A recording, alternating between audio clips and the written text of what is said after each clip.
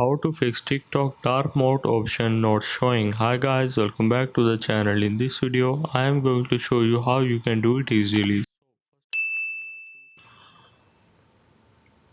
So first of all, let's check if there is any update for dark mode option or not.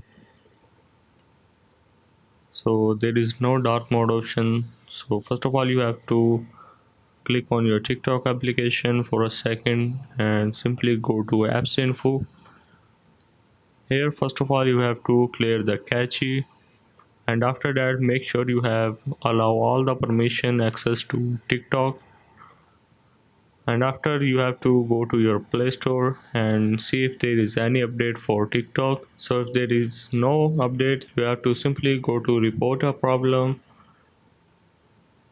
click on creator tools, go for others, and click on need more help, and simply type your problem here like please fix my dark mode option, and simply report it. So I hope this tutorial will help you out. So this is how you can fix your dark mode option not showing.